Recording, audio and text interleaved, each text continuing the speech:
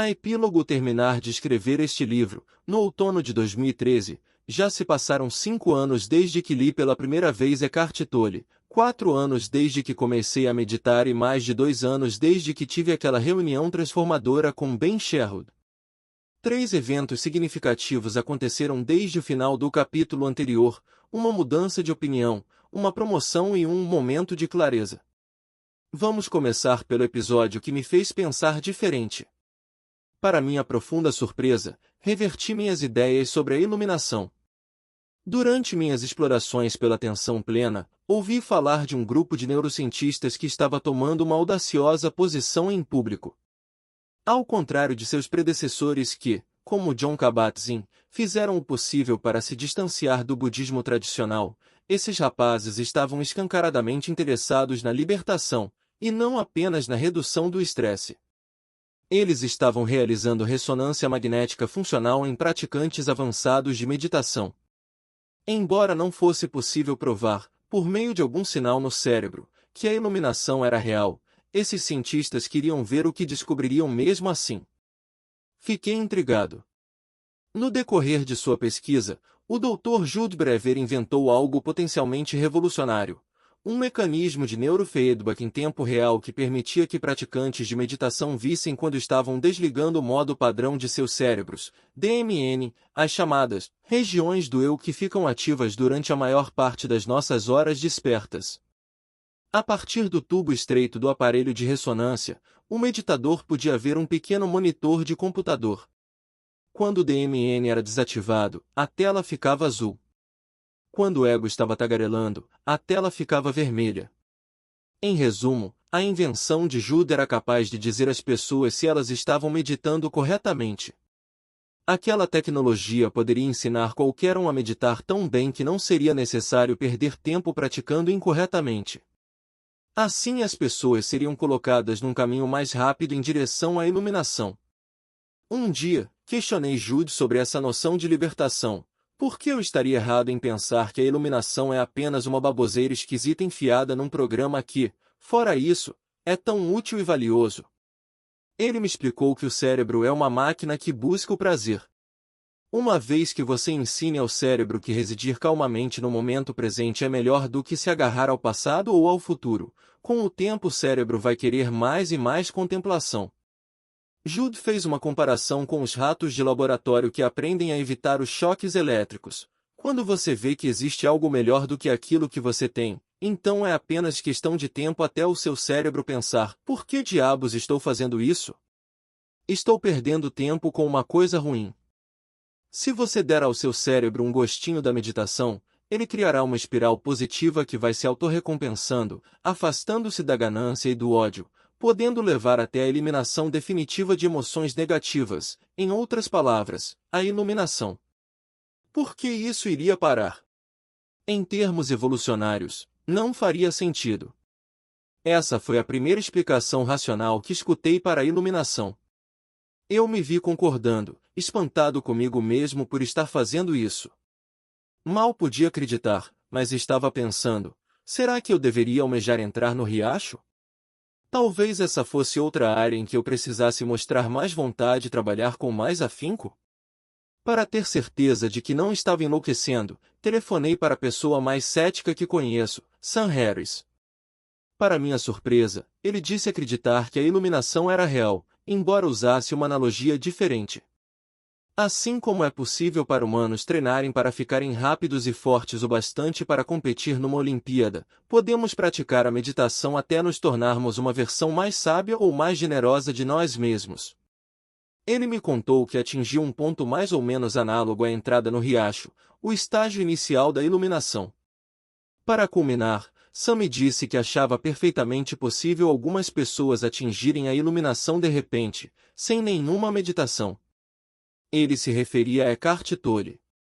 Não tenho razão alguma para duvidar da história dele, afirmou. E acrescentou que havia algo até mais autêntico em pessoas como Tolle, que tiveram epifanias do nada, sem qualquer treinamento formal, porque elas não estão tirando essa ideia de outros lugares. Essa, para mim, foi difícil de engolir. Agora talvez tivesse chegado a hora de eu me desapegar da minha implicância com Tolle. Voltei e reli o livro dele, que dera partida em minha odisseia espiritual. Embora o texto ainda me parecesse complexo demais, fez muito mais sentido para mim agora do que 5 anos atrás. Quando li Um Novo Mundo pela primeira vez, achei ridículo que ele tivesse prometido que seu livro iniciaria o processo de despertar no leitor. Agora eu tinha que admitir que, pelo menos no meu caso, aquele alemãozinho esquisito tinha uma certa razão. Por enquanto, minha posição sobre o assunto é a seguinte: não sei se é possível uma pessoa se tornar iluminada, seja por meio da meditação ou de um despertar repentino. Sou agnóstico, mas não com a falta de curiosidade de antes. Agora compreendo que, na questão da iluminação, fiquei cego por meu próprio ceticismo. Toda a linguagem poética sobre o Buda sentado debaixo de uma árvore e atingindo o além havia provocado uma espécie de náusea intelectual em mim. Eu havia, em essência, invertido o dilema que as pessoas normalmente encontram em suas buscas espirituais. Eu havia fechado minha cabeça de forma prematura. Toda essa experiência me fez perceber como muitas das minhas ideias preconcebidas estavam erradas. A iluminação talvez fosse o exemplo mais recente. Mas de uma coisa tenho certeza: tenho muito mais a fazer. Seja ou não possível atingir 100% de felicidade, eu posso com certeza ultrapassar os 10%, e estou animado para tentar.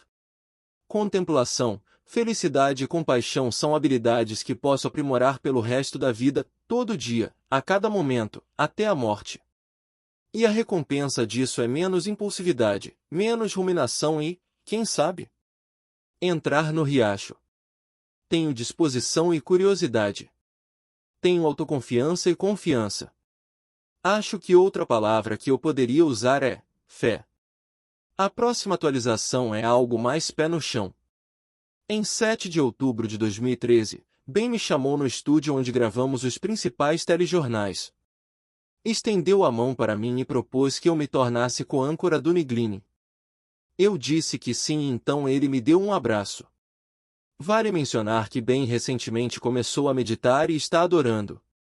Fiel ao princípio budista de sofrimento, quando finalmente consegui a função que almejei durante anos, o programa tinha sido transferido para um horário mais tarde e tinha menos audiência. Mas ainda era o melhor posto que qualquer jornalista poderia ocupar. Ao mesmo tempo, convenci-o a me deixar continuar no GMA nos fins de semana, um trabalho de que estou gostando mais do que nunca. Então, agora que tenho uma vida profissional incrível, estou finalmente 100% satisfeito? Consegui chegar ao auge? Seria eu como o tubarão que não precisa mais continuar se movendo? Não sei, talvez não. Mas por enquanto, pelo menos, não estou mais pensando no que quero fazer a seguir, apenas em como posso manter as atuais circunstâncias do jeito que estão. De qualquer forma, embora a promoção tivesse sido um grande acontecimento, um momento ainda mais significativo havia ocorrido alguns meses antes. Eu estava no Rio de Janeiro, fazendo uma reportagem sobre os esforços da polícia para pacificar as favelas da cidade. Uma noite, minha equipe e eu acabamos num beco escuro filmando uma quadrilha de traficantes de drogas.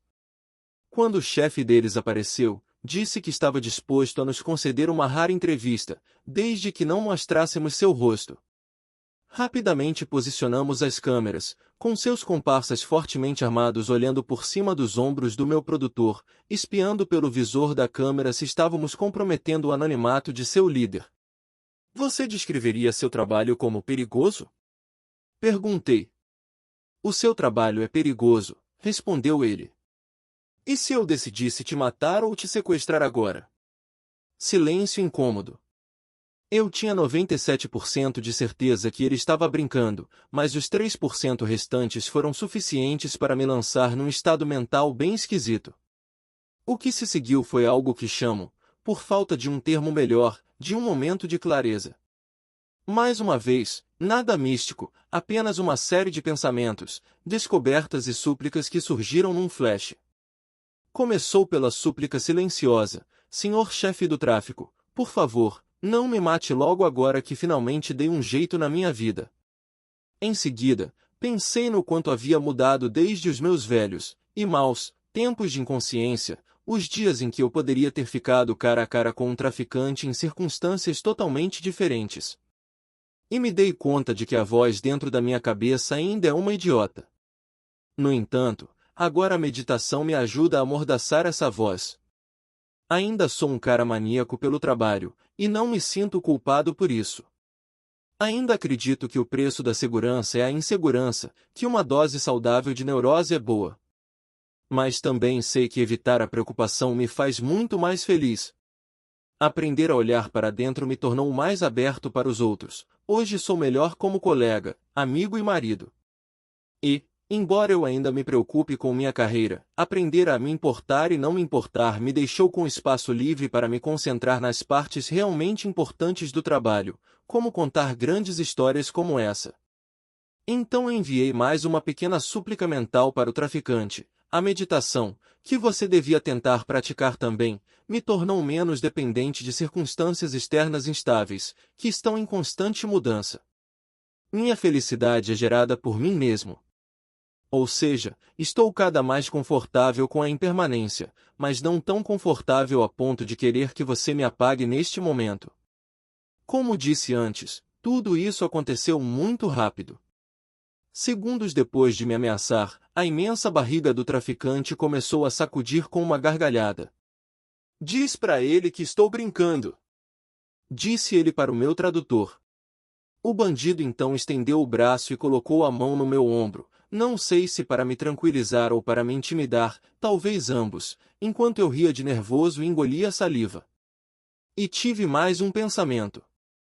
Ironicamente, era a mesma coisa que havia pensado mais de 10 anos antes, no início dessa odisseia, no topo daquela montanha no Afeganistão quando me vi na linha de tiro pela primeira vez. Espero que a câmera esteja gravando isto.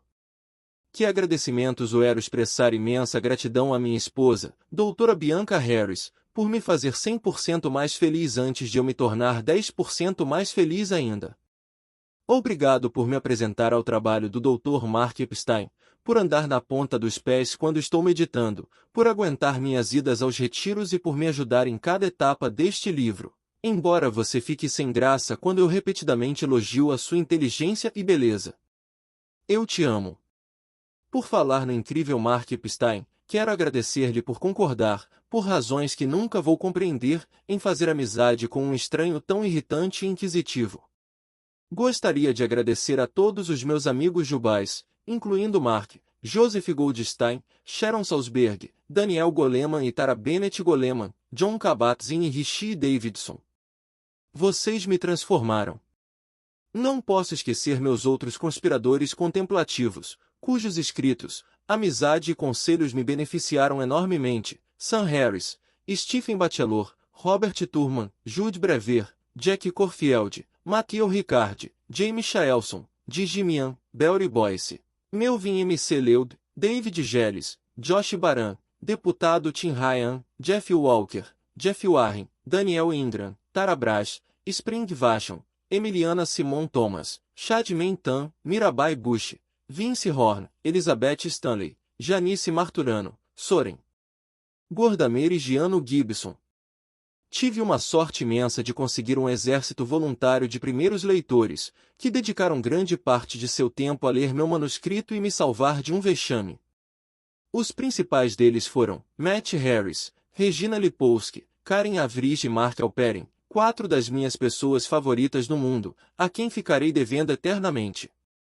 Outros primeiros leitores que me ajudaram muito foram Jessica Harris, Susan Mercandetti, Chris Sebastian, Emin Telis, Kerry Smith, Andrew Miller, Nick Watt, Rick Van Veen, Von Buvou, Glenn Kaplan, Zev Borrow e Hannah Karp. Este livro não teria acontecido sem os comentários valiosos e sem o encorajamento do meu agente literário, Luke Janklov, e da minha editora, Denise Oswald. Também quero agradecer a toda a equipe da It Books, Lynn Grade, Michael Bars, Sharon Rosenblum, Tamar Arellano, Beth Silfin e o excelente preparador de textos Rob Cernitsky. Devo ainda reconhecer o papel de William Patrick, que chegou nos estágios finais e fez algumas contribuições extremamente valiosas. Há muitos colegas antigos e atuais da ABC News que contribuíram de várias maneiras: Ben Sherwood, Diane Sawyer, James Goldstone, Barbara Walters, David Muir, George Stephanopoulos, Bill Weir, Chris Como, Dr. Richard Besser, Jake Tapper, David Uri, Bob e Lee Woodruff, Jeffrey Schneider, Alissa Apple, Julie Thorsen, Bárbara Fedida, Felícia Biberica, Almin Karamemedovic, Jean-Marie Condon, Biana Golodriga, Ron Claiborne, Ginger Zay, Sarah Aines, John Ferracani, Tracey Marques, Cynthia McFadden, Dan Abras, Alfonso Pena, Diane Mendes, Nick Capote, Miguel Sancho, Beal Beierle, Wendy Fischer, David Reiter, Joe Ruffolo, Simone Svink, Andrew Springer e John Mayerson. Há alguns amigos pessoais que gostaria de mencionar que também me ajudaram ao longo do caminho: Willie Mack, Josh Abramson, Jason Harris, Jason Amell, Corey Gardner, Meg Thompson, Stefan Walter e Kayama Glover. Por fim, agradeço a Jay e Nancy Lee Harris, as duas realmente indispensáveis causas e condições, para usar um pouco de fraseologia budista, para este livro. E este parece ser um bom momento para registrar algo que meu pai disse recentemente e que me surpreendeu. A frase do preço da segurança é a insegurança não era de fato seu lema pessoal, mas sim algo que ele inventou para tentar fazer seu jovem filho ansioso se sentir melhor por ser tão preocupado. Então, aparentemente, o conselho não era estratégico, mas sim uma forma de compaixão. Levei 4 décadas para aprender a utilizá-lo de forma sábia. Obrigado aos dois por serem o mais próximo da perfeição que pais poderiam ser, por me deixar escrever sobre vocês e por não ficarem desesperados quando finalmente contei, quase uma década depois do acontecido, sobre a época em que usei drogas. E eu também os perdoo por terem me colocado naquela aula de yoga quando eu era pequeno.